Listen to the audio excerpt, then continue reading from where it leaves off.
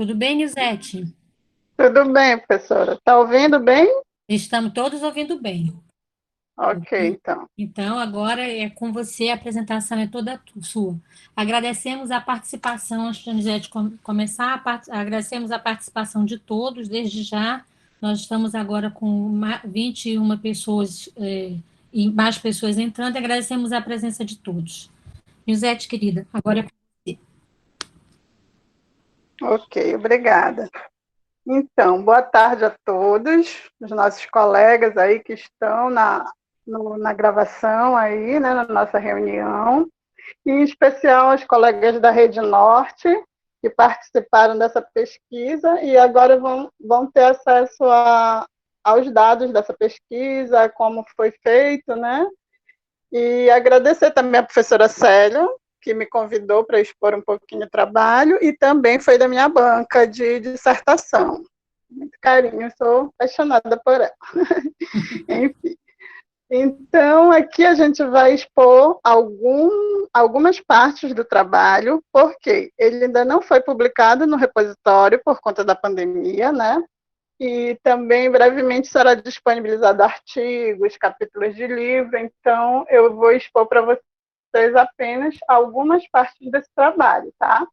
Espero que todos aproveitem, que seja bem proveitoso. Se tiverem perguntas, depois a gente vai abrir aí o espaço, como ela disse, tá? E agradeço aí a participação de todos os colegas. Uma boa tarde. Vamos lá, então, iniciar, né?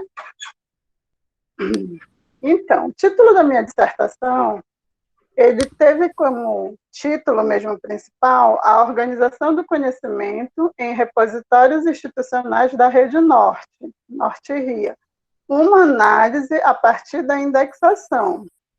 Por quê? A gente buscou primeiramente observar como estava esse processo de indexação nos nossos repositórios, né? Porque a gente observou que havia muitas assim, falhas visuais que nós víamos, às vezes, nos repositórios da rede.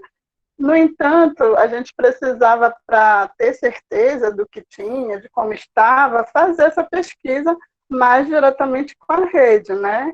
E propor algumas sugestões de melhoria, alguma coisa que acrescentasse mesmo nessa rede que é tão importante para a região, assim como nacionalmente, porque nós somos a primeira rede formada oficialmente, né? As outras redes ainda estão batalhando nesse processo, mas nós fomos a primeira criada.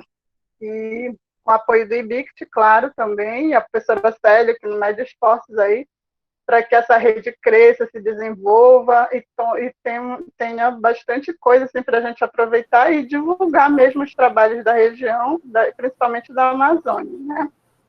Então, vamos lá. Eu tive como orientadora a professora doutora Franciele Marques Redigolo, que é professora do Programa de Pós-Graduação de Ciência da Informação da UFPA. Ok? Ela que me orientou aí nessa pesquisa. Então, vamos lá. Que temática nós abordamos nessa dissertação, né? Nós abordamos a organização do conhecimento e da informação, a indexação, tanto ela puramente vista nos meios tradicionais, né, como é feita, assim como no meio virtual. Também a organização do conhecimento nos repositórios institucionais e também a pesquisa em si, que foi a organização do conhecimento na Norte RIA, pela indexação. Como foi a temática, o contexto e o foco dessa pesquisa? A temática foi justamente a linha de pesquisa do mestrado, que também é chamada Organização e Representação do Conhecimento. Como se dá essa pesquisa na ciência da informação? Em que contexto ela está? Segundo o professor Ávila, né, de Araújo, ela está dentro do contexto contemporâneo da organização e representação da informação e do conhecimento, centrada no paradigma social, que é usuários de informação. O foco da nossa pesquisa, como eu já falei, foi a indexação nesses repositórios da rede. Como foram os procedimentos metodológicos dessa pesquisa, né? A classificação da pesquisa foi bibliográfica, descritiva, exploratória e qualitativa. O nosso objeto de estudo foi essa indexação na rede. O locus de pesquisa, justamente a rede norte, né? E o universo da pesquisa, até 2019, somente 13 instituições faziam parte da rede. Provavelmente deve estar mudando agora em 2009 e 2020 esse cenário, né? Mas anteriormente eram só 13 instituições. Sendo que foram coletadas apenas de 12 instituições, porque a gente não conseguiu de uma, então os dados foram relativos às 12 instituições. Com um instrumento de coleta de dados, o questionário semi-estruturado, que foi aplicado aos gestores da rede norte. Como se deu essa etapa da coleta de dados da pesquisa? Nós primeiro elaboramos um questionário baseado numa pesquisa de Gomes, 2015, não sou eu a Gomes, tá? É outro autor, com a distribuição de perguntas em 3 temáticas principais. Primeiro, repositórios institucionais, que foi baseado em todo o contexto que se baseia os repositórios. Que tipo de atividades eles têm, quais assuntos que eles promovem, lá publicam, no caso, né? Como está a equipe de trabalho, entre outras coisas. O depósito e submissão, especificamente desses documentos no repositório, e há uma parte específica da indexação, que foram baseadas nos vários autores da área, né? A segunda etapa foram justamente o agrupamento dessas questões, e nós percebemos que nós teríamos que elaborar outras categorias, porque outras categorias de análise, né? Porque no momento, essa categoria que a gente elaborou primariamente, que foram da primeira etapa ali, nós percebemos que ela não supria para a gente analisar os dados. Então, a gente elaborou mais 4 categorias que foram inseridas dentro das maiores, que foi funcionamento, infraestrutura técnica, indexação, política de indexação e manual e recuperação da informação. Os dados ficaram agrupados dentro dessas subcategorias, digamos assim. E aí veio a última etapa, que foi justamente a análise e discussão dos resultados que foram expostos através de gráficos e percentuais. Então, essa foi uma das primeiras etapas e o primeiro capítulo, digamos assim, da dissertação, né? E ela veio com o intuito de esclarecer a diferença entre a organização da informação e a organização do conhecimento. Porque isso, assim, o que eu percebi dentro assim, das leituras, dos artigos, é que ela era uma constante assim, de dificuldade de entendimentos. Então, uma figura que, para mim, esclarece muito, muito bem essa diferenciação é justamente Tabrache Café, que mostra, né, nessa imagem aí, que a organização do conhecimento, ela dá justamente os conceitos, as características, as relações de um determinado objeto. A partir dali, você vai representá-lo, que chama de sistemas de organização do conhecimento, e você tira uma ideia daquilo. Então, a organização do conhecimento é nada mais assim do que o conceito abstrato, a ideia daquele objeto, né? Enquanto que a representação da informação, você já vai fazer a individualização desse objeto e fazer uma representação, tirando o que a gente conhece, né? O autor, o título, isso sim, você está representando a informação, e não somente a ideia. Quando se fala em ideia dele, você está falando de organização do conhecimento, ok? Então, aqui, um quadro que se sintetiza bem, assim, que está na minha dissertação, é esse aqui, para vocês entenderem mais claramente, né? A organização da informação, ela vai ser a descrição física, a catalogação ou de conteúdos, a indexação, a análise documental, a classificação dos documentos visando a representação. Já a organização do conhecimento serão justamente os conceitos, como eu falei, as unidades de pensamento que constroem os modelos do mundo, formando as abstrações da realidade. Ele já é um conceito abstrato, ok? Aqui, já no capítulo 2, nós tratamos do processo técnico documental, né? Só um minutinho aqui. Do processo técnico documental. E dentro desse processo, a gente fala da indexação especificamente, né? E seus vários formatos. Eu coloquei essa figura aqui porque ela explica muito melhor esse processo como a gente entende, né? Nós bibliotecários. Que vem lá o documento que tem uma entrada, e aí ele vai fazer um tratamento, e posteriormente a saída, né? Sendo que a indexação, que é o que a gente está estudando aqui nessa dissertação, ela vai estar entre o tratamento e a saída da informação. E nesse processo aqui, você tem que ter um cuidado muito maior, né? Por quê? Porque essa saída é lá o usuário especificamente que vai recuperar essa informação.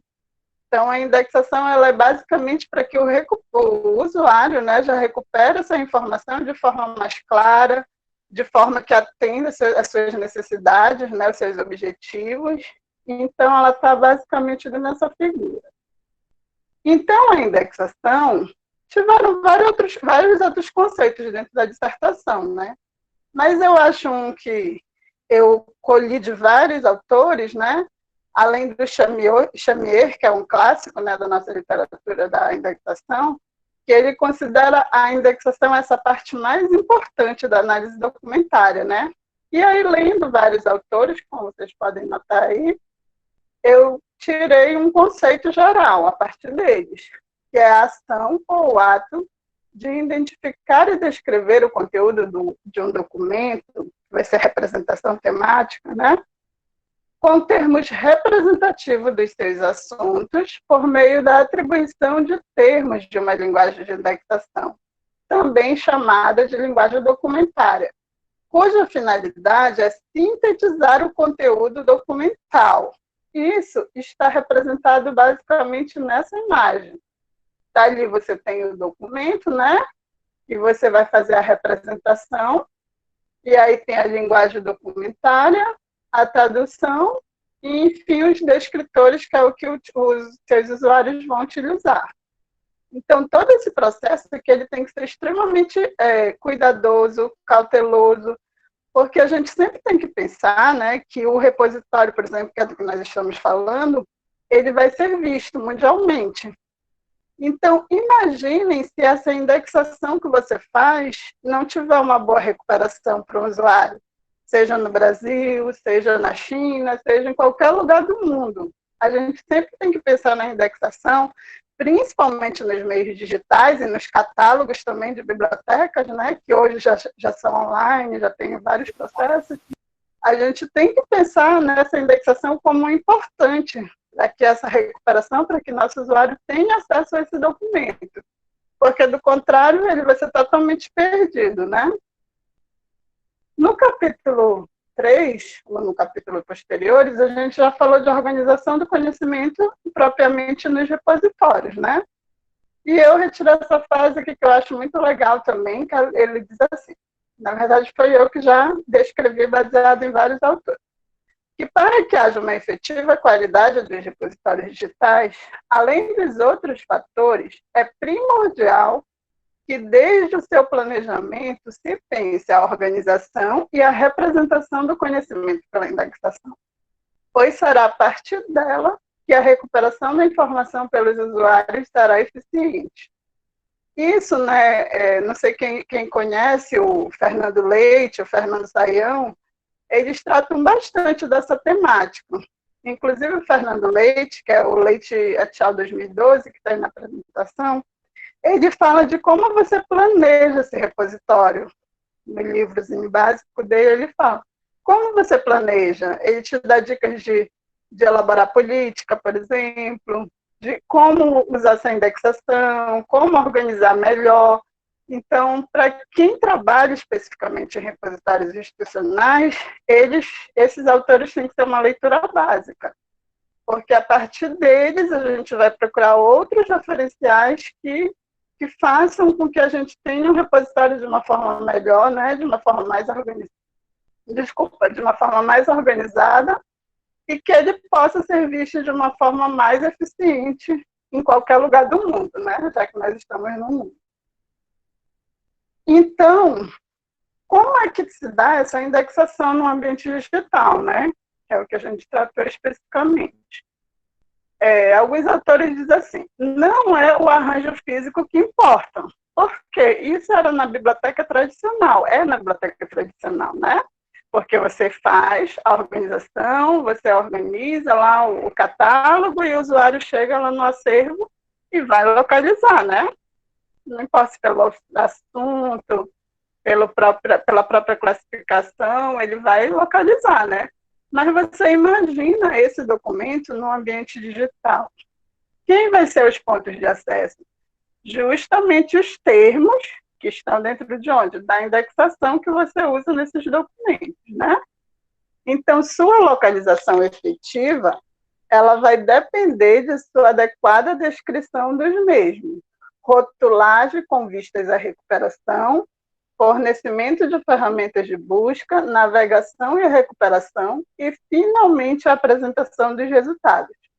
Como eu mencionei anteriormente, esse processo ele é bem minucioso e a gente deve ter muito cuidado nos repositórios, porque é isso que vai fazer com que o teu documento seja recuperado mesmo.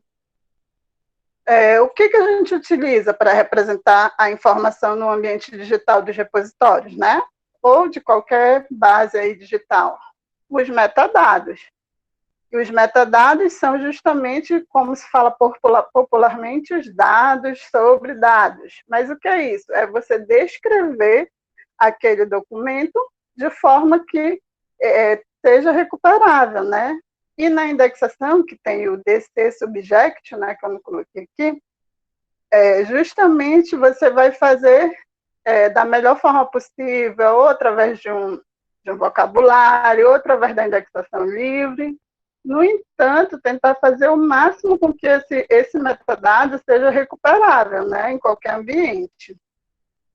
E no caso da Rede Norte, que foi a pesquisa, né, a gente detectou que 100% utilizam o software DSpace, o que facilita, segundo os autores da área, a padronização desses metadados.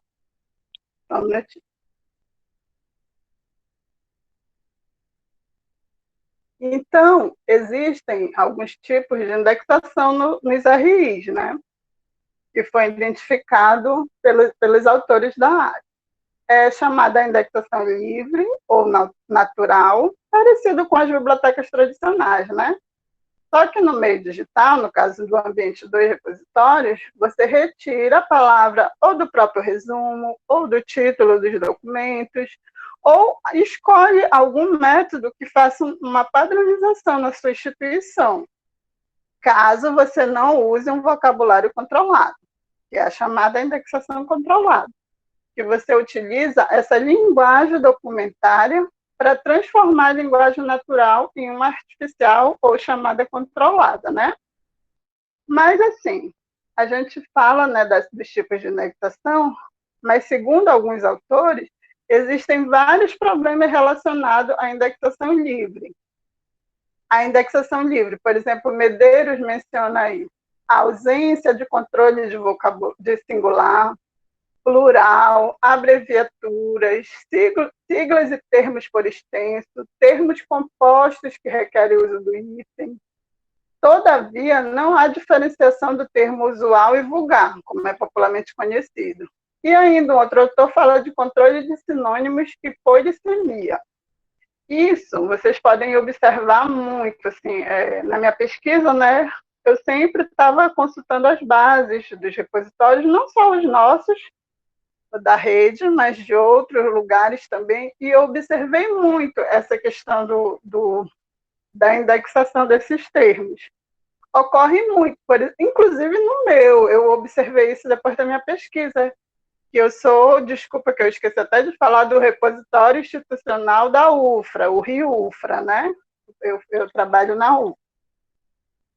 E aí, eu observei, inclusive, isso e comecei a fazer uma avaliação, posteriormente, claro, no que ocorria de errado, por exemplo, lá no nosso repositório. Aí eu observei que haviam palavras, por exemplo, que a gente colocava no singular, daqui a pouco no plural, algumas coisas abreviadas, outras não. Então, assim, você tem que estar tendo sempre esse controle avaliativo no teu repositório, né? Justamente para caso você não tenha um vocabulário controlado, tá? Estou falando da indexação livre. Porque pode acontecer muitos erros que você observa a olho nu só visualizando o próprio repositório. Então, a gente tem que ter cuidado com isso. E eu, como gestora, né, do RIUFRA, eu sempre estou avaliando, verificando porque não somos só nós que publicamos, no caso, da capital. Os bibliotecários do interior também publicam. Então, eu estou sempre avaliando, fazendo esse controle de qualidade, digamos assim, se os termos estão coerentes, se a política do autor, por exemplo, que a gente instituiu está certa, se a citação está correta. É sempre bom o gestor do repositório ele estar atento a esses detalhes, né? Então, a literatura aponta que o melhor uso para indexação lá nos repositórios é o uso concomitante da linguagem natural e controlada. Por quê? Porque nós temos, por exemplo, na Amazônia, que é o caso específico da Rede Norte, né? Nós temos termos que são próprios da Amazônia, da região. Então, quando você usa, por exemplo, a linguagem natural, é porque você está atento a esse tipo de linguagem, que é específica daquela região, por exemplo. Eu acredito que se tiver algum colega do Brasil aqui também de outro repositório, que ele deva também sentir essa necessidade no repositório dele. Por quê? Há alguns termos que são similares, né, ao nosso, e outros que é próprio daquela região. Então, por isso que a literatura recomenda o uso da linguagem natural também, mas juntamente com a controlada. Então, se é possível, usa no teu repositório a linguagem natural, e se você não encontrar nada na linguagem controlada, por exemplo, a respeito daquele tema, daquele assunto, então usa a linguagem natural. Eu faço muito isso no nosso repositório, porque tem vezes que não tem como você adequar uma determinada linguagem, porque ela é própria da Amazônia, ela é própria daquele ambiente, daquele local. Depende muito da finalidade do teu repositório, né? Então, aqui, terminando a parte especificamente dos repositórios em geral, né? A gente passa a mostrar aqui um pouquinho agora da nossa rede norte. E aqui, nesse gráfico aqui, que a Rede Norte compôs, ele começa ali em 2014, né? Com a Carta de Belém, que foi instituída em uma reunião que houve na Universidade Federal do Pará, onde os repositórios assinaram essa carta e tem um compromisso de criar repositórios e ajudar, né, na região a estabelecer essa rede também. Então, aconteceu ali em 2014, e agora em 2000 evoluiu, né, houveram várias reuniões, apresentação de trabalho, divulgação, e um dos marcos também mais importantes da nossa rede foi a divulgação do e-book. Agora, no Confoa, que foi a Conferência de Ciência Aberta que aconteceu em Manaus, ano passado.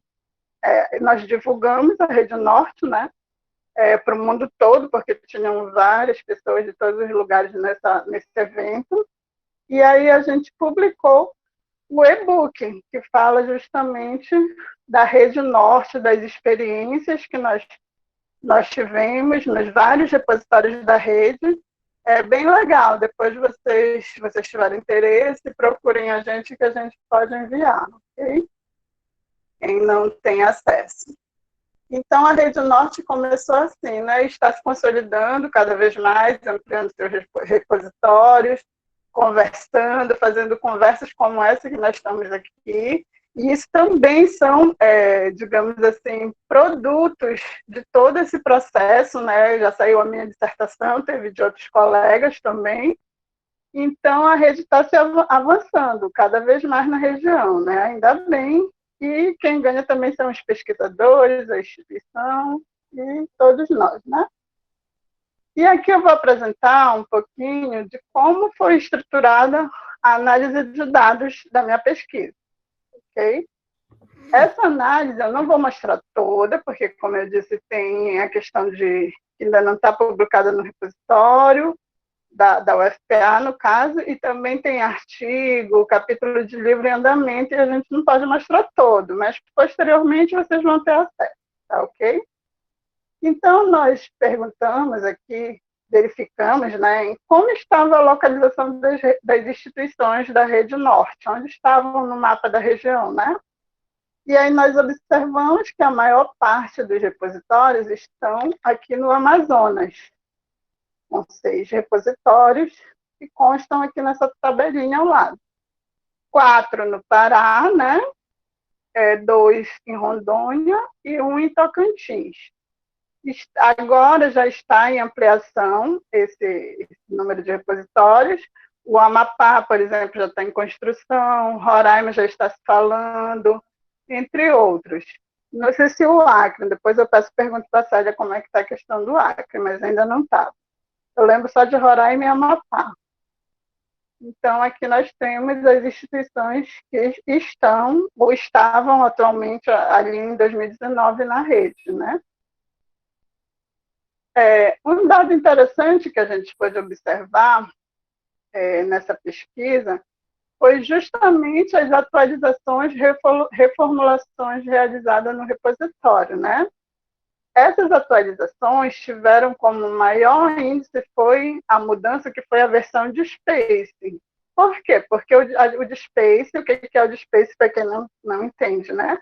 É o software que agrega o repositório, o software que está por trás, digamos assim. Então, esse software, ele sofre alterações, sofre mudanças, então cada vez a gente vai atualizando também. Tanto que a pesquisa deu que a maior reformulação dele foi o de Space, né? E em seguida, layout, que é aquela estrutura do repositório, de como a gente organiza as comunidades, as coleções, né? As políticas também, foi bem interessante, significa que nós estamos avançando, porque políticas são necessárias, são extremamente necessárias para que esses repositórios tenham melhores diretrizes, né? Se desenvolvam melhor. Então, são essas políticas que fazem com que tenha um melhor direcionamento mesmo. Os metadados também, observamos que eles tiveram atualizações, né? Por quê? Porque a gente sempre está criando. Hoje mesmo pela manhã, por exemplo, eu estava adicionando metadados, que eu e o assistente percebemos que não estava dentro dos metadados que nós precisávamos. Então, é uma atualização que a gente faz constantemente, né? Comunidades e coleções também é uma coisa que nós fazemos. Por quê? Na verdade, quando a gente cria o repositório, a gente caracteriza ele, né? Caracteriza de acordo com a instituição que ele está agregado. A gente organiza as comunidades, se for, por exemplo, uma universidade, você organiza de acordo com o curso, ou com os programas de mestrado, doutorado, seja lá o que for, e as coleções estão dentro dessas comunidades. E aí, se houver necessidade, em algum momento, você também está revisando, fazendo essa alteração, né? É por isso que também apareceu na pesquisa isso. Métricas e redes sociais também é uma tendência mais atual das tecnologias, né? Que a gente cria a todo momento uma rede social, ou então a gente atualiza essa rede social, né? E a gente faz a medição dessas informações, isso é muito importante, né? Então, por isso que apareceu, creio eu, no resultado. A equipe técnica do RI também é um ponto que eu destaco como muito importante também, porque em todos os RIs avaliados, quem respondeu, claro que teve um que não respondeu, né? Ele teve o bibliotecário como principal componente da equipe técnica. E isso é muito, muito proveitoso para o repositório, porque somos nós que entendemos da organização do conhecimento e da informação nesses repositórios, né? Então, tendo um bibliotecário à frente, seja como gestor, seja da equipe, seja como quem publica, quem indexa, quem faz lá as alterações, a gente ganha muito com isso. Então, assim, ainda bem que os nossos repositórios da rede, né, todos têm o bibliotecário na equipe. E aí também tem outros componentes, como o estagiário bolsista, o técnico administrativo, e principalmente o analista de sistema, né, que sem ele também não é possível estruturar, fazer configurações lá necessárias. Então, é isso. Dentro da questão de treinamentos, um ponto positivo que foi considerado foi esse, que o RI ele oferece treinamento aos seus depositantes. Isso é importante, né? Porque se você não treina, por exemplo, o professor ou o próprio bibliotecário, que não seja o gestor, estou falando os outros que ajudam, né? Então, você não tem como manter uma qualidade lá dentro daquele repositório. Então, quando você oferece treinamento, apesar de ainda ter 3 que disseram que não oferecem, né? Mas ele é muito importante para que essa qualidade seja mantida. Porque quando você define, por exemplo, como a gente vai fazer a indexação? A gente vai fazer controlado e livre, por exemplo, né?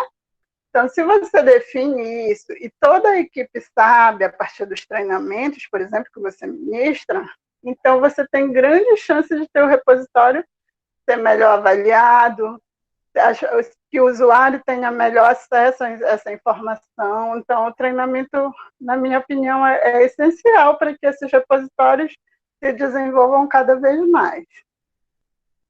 O software, como eu já falei lá anteriormente, mas aqui na pesquisa constatou-se que todos os repositórios utilizam o DSpace, né? Isso se deve também porque o DSpace ele foi requerido pelo IBICT ainda na instalação dos repositórios, né? Em todas as regiões do Brasil, não só no norte. Mas o software é customizado também pelo IBICT e ele disponibiliza, junto com o pacote de outras coisas, para instalar nas instituições. Então, por isso, apareceu o DSpace aqui. Outra coisa importante que a gente observou, e isso também é uma característica do DSpace, não poderia muito dar diferente, né? Mas, por exemplo, quando você está configurando o DSpace, para fazer no início, ainda quando não tem nada, você pode dizer se você quer fazer a revisão ou não desse metadado. E isso aí é uma parte muito importante, porque, vejam bem, quando você institui, por exemplo, o autodepósito no seu repositório, e aí você não faz validação desse depósito, o que pode ocorrer?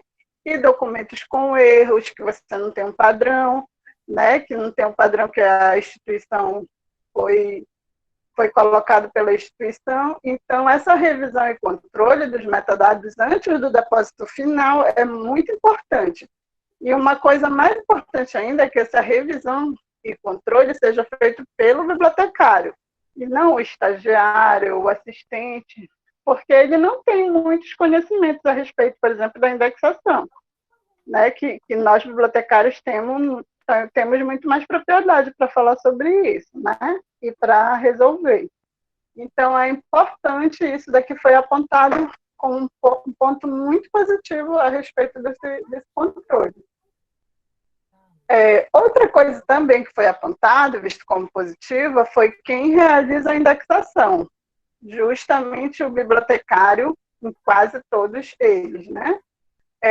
Foi dividido um pouquinho em um dos repositórios que mencionou o bibliotecário técnico administrativo, que eu achei um pouco preocupante, porque o técnico não tem as habilidades necessárias para avaliar uma indexação, né? Então, é meio um pouco preocupante. No entanto, a maioria informou que era o bibliotecário que realizava. Outro que informaram também o autor, no caso, esse daí eu acredito que seja o autodepósito. Mas como eles mencionaram anteriormente que faziam a revisão controle, acredito eu que o autor deposita e o bibliotecário faz a revisão. Na questão de diretrizes pré-definidas para a indexação, é um ponto que chamou muita atenção assim, mais do trabalho. Foi a questão que a rede como um todo, não tem política de indexação. Não tem política e, às vezes, nem mesmo manual de indexação, porque a política já são aquelas diretrizes maiores, né? Enquanto o manual só é o passo a passo, como você vai fazer o procedimento. Então, 11 dos repositórios afirmaram que não existe ou não segue nenhuma política de indexação, nem mesmo a da instituição. Isso foi apontado, né, na pesquisa. Outra forma, outra coisa que foi apontada na pesquisa é os assuntos, como eles eram atribuídos na indexação do RI. A maioria falou que era especificamente, e alguns disseram exaustivamente, né? Especificidade, como a gente sabe, é o uso de termos mais específicos. Eu acredito que se deu isso por conta da nossa região. E, como eu falei anteriormente, a gente tem vocabulário próprio, alguns termos não se usam em outros, então eu acredito que eles usam de forma específica por conta disso. E exaustivo já é o número máximo de termos que você usa nessa indexação. Ok? Na questão da linguagem documentária ou sistema de organização do conhecimento, né, 9 deles apontaram que não utiliza.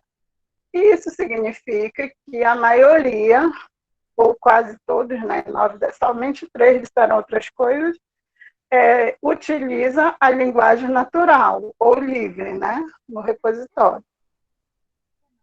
Na questão da avaliação da indexação, 10 deles apontaram que não avaliam essa indexação e 2 disseram que sim. Como eu mencionei anteriormente, isso é um pouco preocupante, porque se a gente não avalia essa questão, a não ser que você tivesse um vocabulário controlado, porque aí já seria um pouco mais padronizado.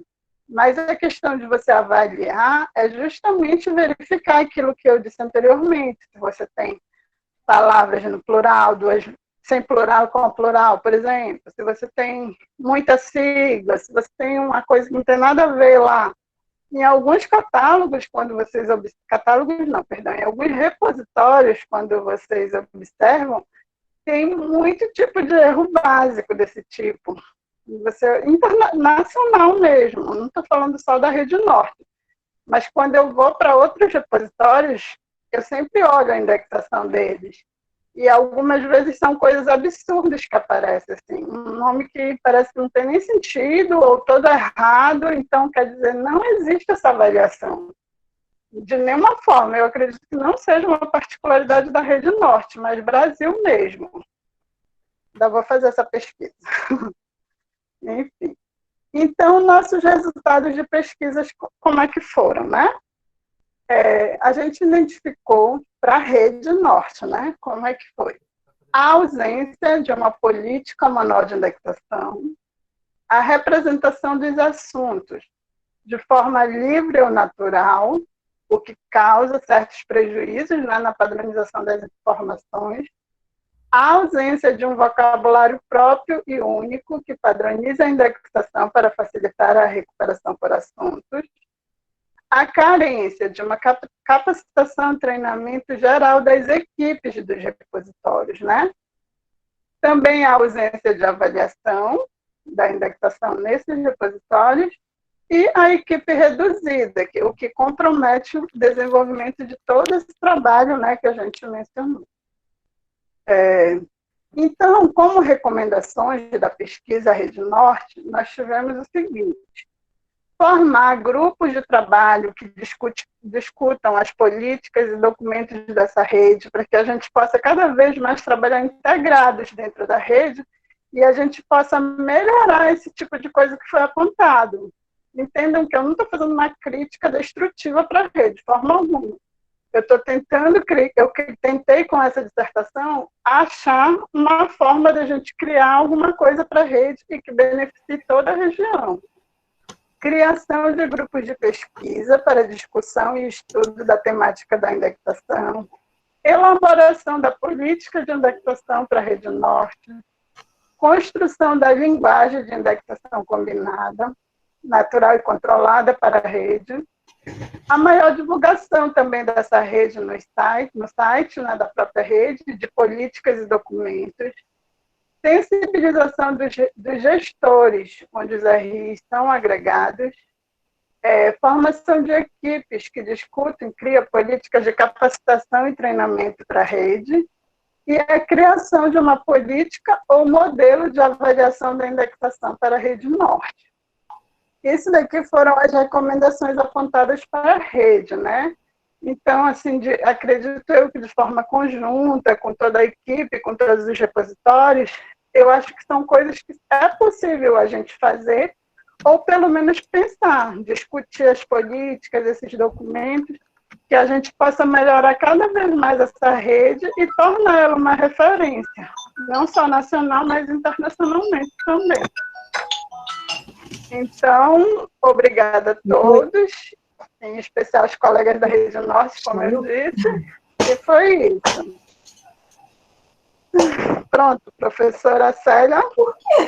Muito bem, Nilzete. Eu queria agradecer a sua explanação e lembrar aos colegas da rede que a ideia de apresentar, da gente assistir hoje o trabalho da Nilzete, foi justamente porque as críticas são muito contundentes, são muito relevantes. E a ideia do trabalho dela, de contribuir para que a gente possa crescer a rede mais ainda, e qualitativamente, não só quantitativamente, passa por a gente olhar essas observações que foram colocadas por ela, não é? O trabalho, desde o primeiro momento que eu entrei em contato, foi um trabalho interessante, né? Eu só queria pedir que todos desligassem, por favor, por enquanto, só não, Nilzete, seu microfone.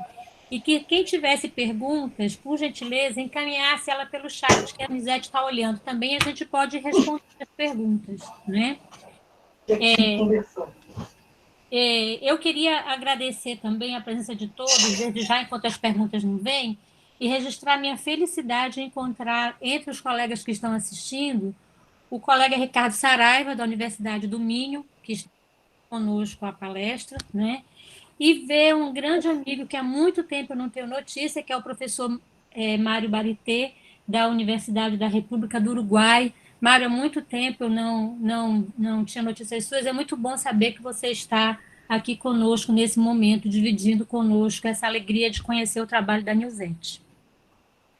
Eu estou aguardando pelas perguntas. Só um minutinho, Célia, por favor. Pois não.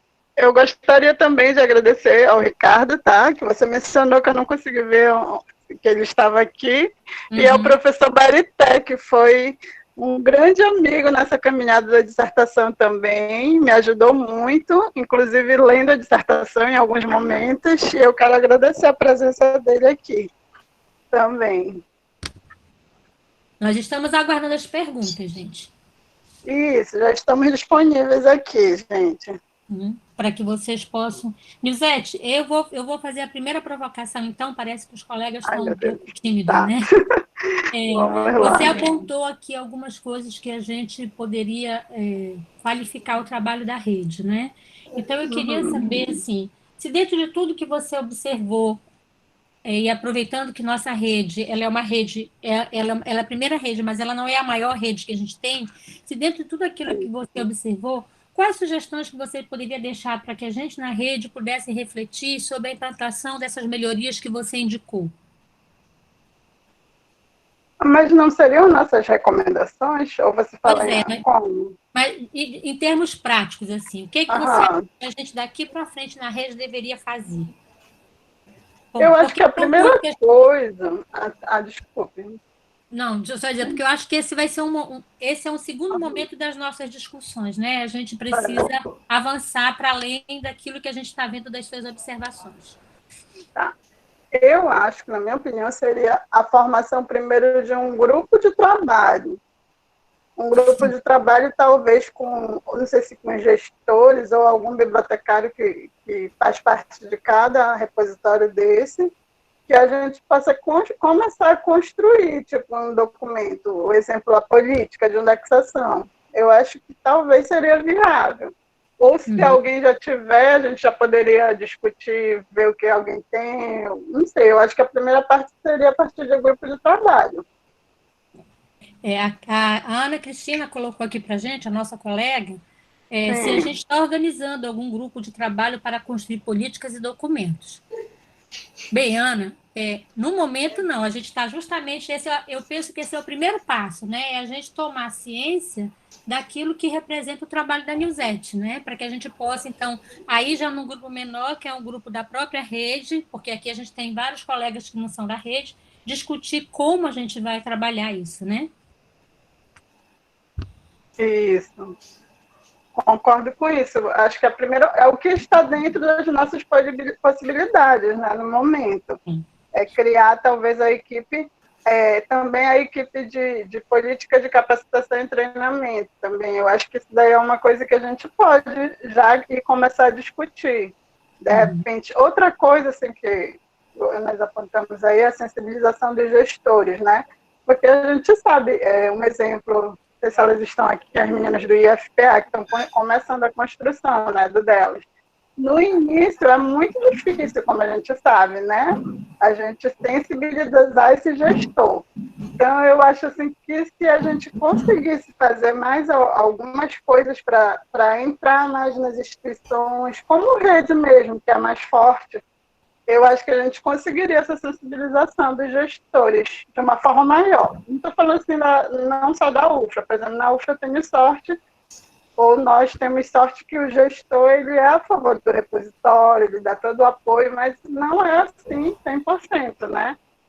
Então, eu já acho que também essa é uma possibilidade de a gente começar de cima também.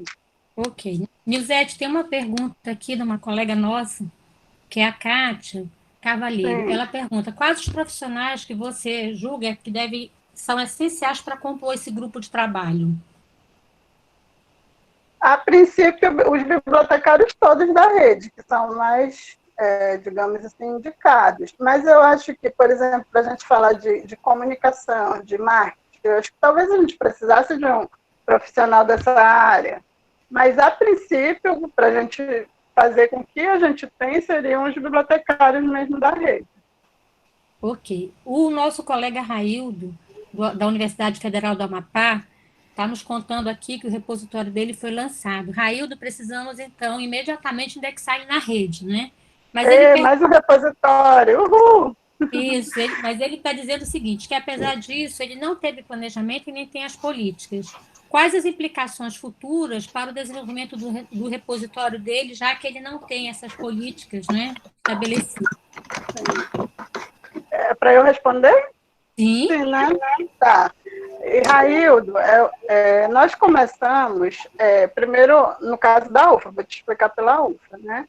A gente começou sem política, sem diretriz alguma. Quem iniciou foi a Ana Cristina, o projeto do repositório, e posteriormente ela foi ser a diretora da biblioteca e me deixou no lugar, né? Então, a gente foi construindo essas políticas no decorrer do tempo, a política de informação, as outras políticas. O Fernando Leite, no livro dele, ele fala bem claramente, detalhadamente dessas políticas, você pode consultá-los.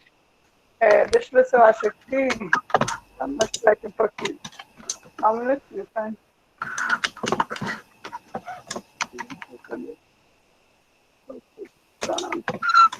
Então, não dá para ver aqui, não sei que dá. A partir dos autores, no caso do Fernando Leite, dá para a gente ter uma boa noção de que políticas começar, e não tem problema dele já ter começado sem política, a gente constrói ao longo do tempo. essa referência é importante, Nilzete, porque a Rejane Valéria, ela está nos perguntando aqui, ela está perguntando quais as referências, quais as bibliografias são indicadas para a elaboração da política de indexação. Pois é, não existe, como a gente identificou e pesquisou em todo o Brasil, não existe política de indexação em nenhum repositório do Brasil ainda. Quem sabe nós sejamos as primeiras, né, se Deus quiser. Então, a gente vai se basear na biblioteca tradicional, na política de indexação que já existe por aí, adequando ao meio digital mesmo. Não existe essa referência ainda, não que eu saiba, se vocês souberem, me digam. O Rogério está nos perguntando quantas instituições realizam autodepósito. Rogério, na rede, nós não temos esse levantamento. É um levantamento que nós estamos trabalhando, vamos trabalhar agora, Nós já conversamos essa semana sobre um levantamento agora de alguma situação da rede, mas nós não temos a percepção de quantas instituições realizam autodepósito, não é? Como, a pergunta sua diz assim, como ficou definido quais realizariam isso? Na verdade, a realização do autodepósito é uma decisão institucional, porque ela tem que criar as Isso, condições para que isso aconteça, não é? Tá? Então, isso. elas que definem e as que não estão realizando, da mesma forma, a gente ainda não dimensionou. A gente vai ter um prazer imenso de fazer esse levantamento e, quem sabe, num próximo momento, poder repassar isso para vocês, tá? Nilzete, a Fabiane Moraes está comentando Uhum. o seguinte, sobre a experiência do autodepósito de alguns repositórios. Isso tem facilitado o processo de indexação? Entendo que a avaliação do bibliotecário é importante, mas como está ocorrendo na prática? Olha, eu vou dizer pela nossa experiência na UFRA, né? A gente começou a fazer uma experiência de autodepósito. Já está funcionando com alguns alunos. Na BDTA, que é a de trabalhos acadêmicos, nós tivemos um problema, porque o bibliotecário é só uma pessoa que fazia todo esse processo, e começou a chegar muito e-mail, muita coisa, e ele não conseguiu dar conta da demanda, né? Porque é impossível tu ficar provando, ficar fazendo várias coisas. Então, assim, depende muito da equipe que você tem e de como você vai organizar essa disponibilização. Mas sempre é o bibliotecário que vai fazer a aprovação final. Ok? Sim, Acho que respondi, né? eu acho que sim. É, nós não temos mais nenhuma pergunta aqui, né? Tem a Iraume, né? Iraume, algo assim. Eu não estou vendo Entrou aqui. agora. Está vendo? É porque não chegou para mim. Quanto à instalação do Space, como foi Sim. feita? Quem faz essa manutenção, atualização do software? É, eu não sei se é homem ou mulher, perdão, Iraumer. Desculpa, a instalação do Space é a própria instituição que faz a configuração, inclusive a UFPA, ela já tem um instalador que foi lançado, acho que ano passado, né, Célia? O Não, instalador da UFPA. eles lançaram em 2018. Não, Foi, na nossa reunião no Pará, não é? acho que foi em 2018, que eles lançaram, e já está bem mais fácil agora de fazer essa instalação, mas quem faz a manutenção, customização do software é toda a instituição mesmo, com os seus TIs quase, não é o bibliotecário. O bibliotecário só vai auxiliar, ajudar nas planilhas, verificar o que, é que você vai querer no livro, se for livro, né, se for tese, se for dissertação, você que vai customizar junto com o TI da instituição.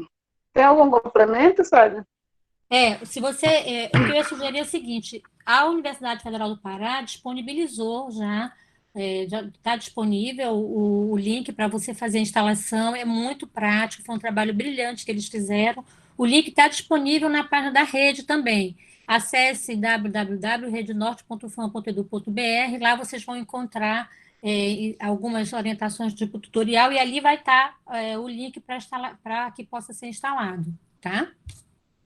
Que vai levar ao FPA, tá? O link da UFPA para vocês, Ela para precisa. para vocês poderem Não, fazer a instalação. Desculpa, Sérgio.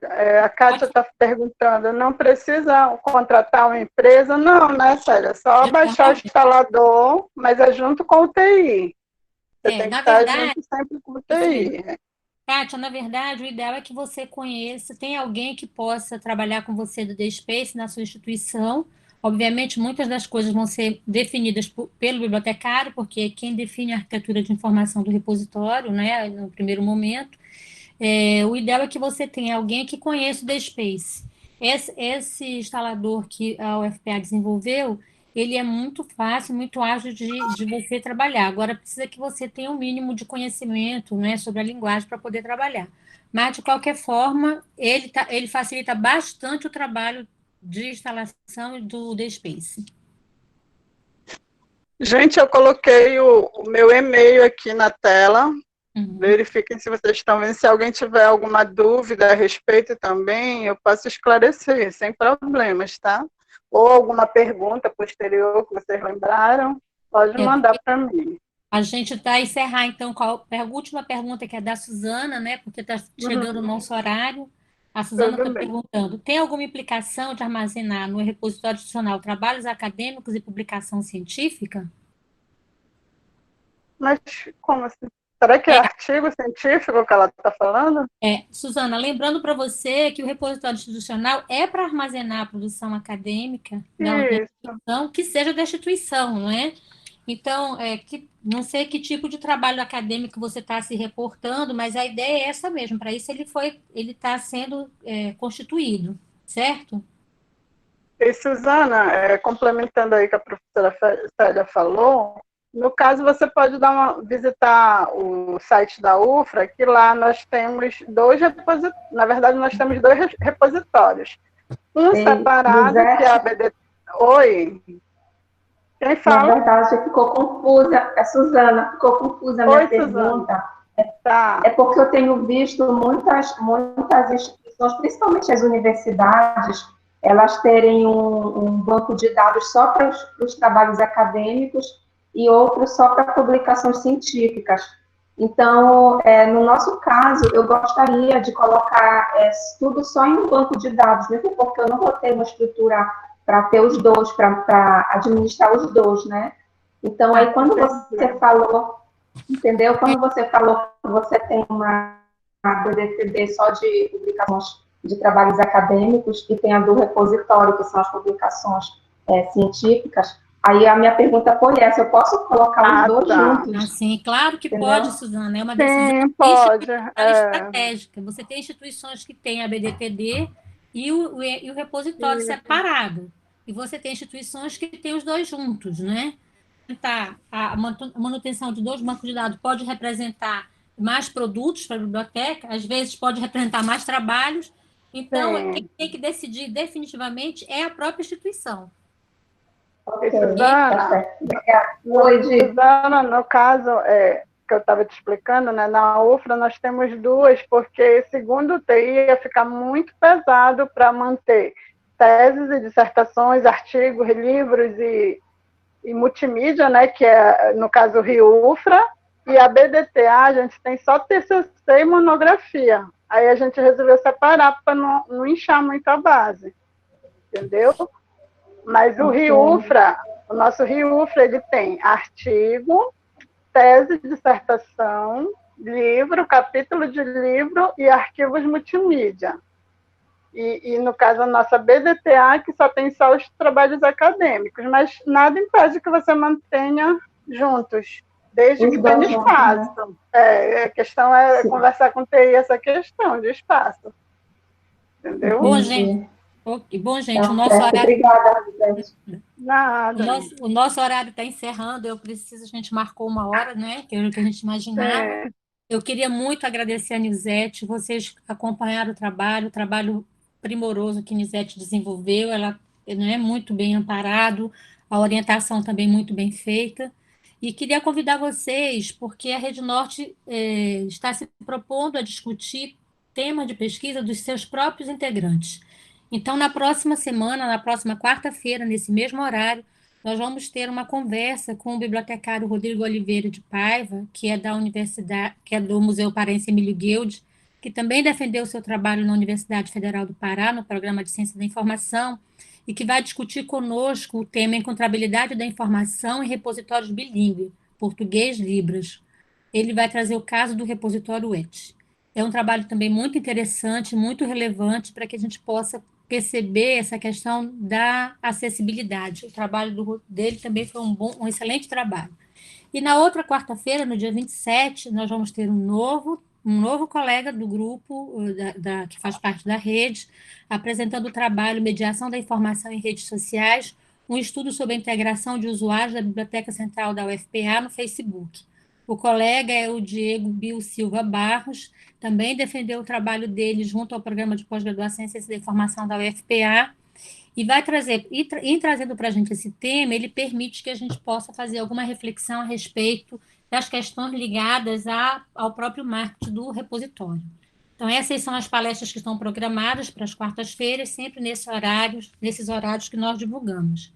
Eu queria muito agradecer a Nilzete, Queria agradecer a presença de todos, dizer que foi uma satisfação recebê-los todos nessa nossa sala e para essa nossa roda de conversa e nosso bate-papo. E espero encontrá-los na próxima quarta-feira, como diria o filme, nesse mesmo bate-horário, nesse mesmo bate-canal. Obrigada a todos. Obrigada, gente, pela participação, viu? Qualquer dúvida, estou aí no e-mail, tá? Um abraço a todos. E qualquer dúvida também que vocês queiram entrar em contato com a rede, usando o e-mail da rede, redenorte@ufam.edu.br. Eu vou deixar aqui no chat para quem quiser anotar, tá bom? E boa tarde para todos. Ai, desculpa, foi errado. Essa de digitar. Ah, tá. Kátia, os links da próxima Rede reunião Norte. vão ser divulgados na medida que a gente for divulgando a reunião, tá? E pode ficar tranquila que pelos mesmos canais que nós usamos, nós vamos também estar usando para divulgar o link das próximas reuniões, ok?